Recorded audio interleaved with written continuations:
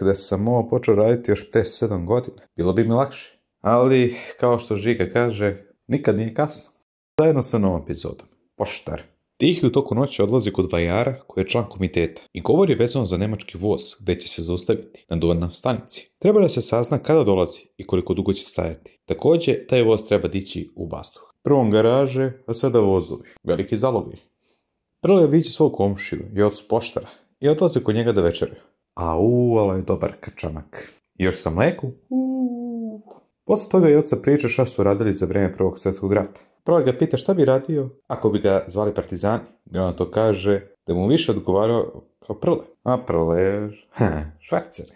Dosta koriste tu foru. Na železničkoj stanici dolaze Tihi Paja gdje čekaju Prleta koji na kraju ne dolazi. Prle odlazi do komšinice koji je pre video sa Nemcima. Preće oni nego naši da rade. Ali daju je fikus a dalje znate, ne moram da vam pričam detalje. Sljedećeg jutra Prle dolazi u svoje sklonište gdje Paja spava.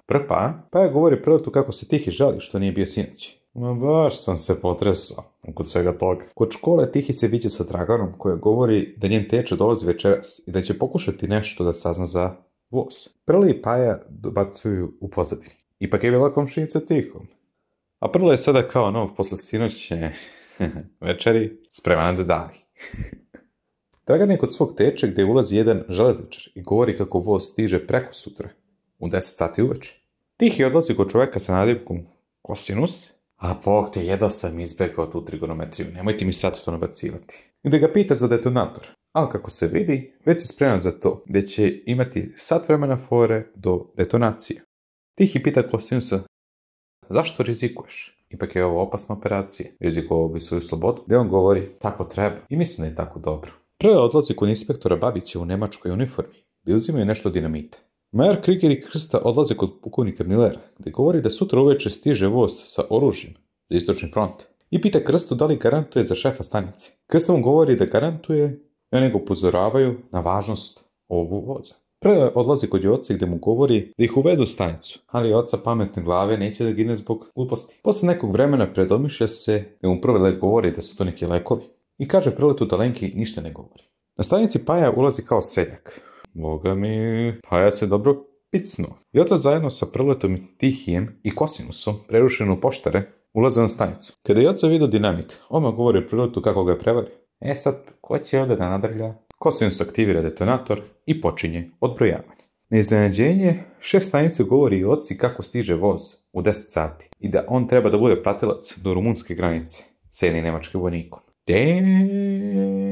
I ja sam se sad uznojio. I oca dolazi kod ostalih i obaveštaje im da je pratilac u vozu.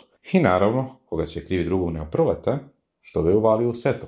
Prle govori da ima rješenje, da iskoči iz voza kada bude bio dobar moment i posle mu daje cedulju sa adresom do Pančeva, da se tamo nalaze partizani. Opet si me prevario, mangup. Voz stiže na stanicu i šef stanice govori Kriegeru da im treba 11 minuta da se utovari sva pošta. Dok tovare pakete, Prle daje znak Paji gdje pravi pometnju i beži da ga nemačka vojska prati. I oci Kosinusom ne sposobljavaju Nemca i odlazi. I oca kaže čim pređu Pančevački most, skaču. Samo on ima jedan mali problem. Vrata su zaključena. Dok Paja beži, beskućnik ga zove da se sakrije. Jedan čovjek beži, ali ga Nemci ubijaju. Ode mu komšije. I oca nalazi kvaku od vrata vagona i zajedno sa Kosinusom iskaču. I u daljini gledaju eksploziju. I to je to što se tiče ove epizode. Mada, pre nego što krenem moje mišljenje, treba da prebrojim koliko je Nemaca bilo u vozu. Preći ćemo zajedno. Imamo mašinovođu, dvojicu tu, četvoricu tu, petorica ovde, petorica ovde, dvojica tu, trojica, petorica tu, petorica tu, 10 komada još.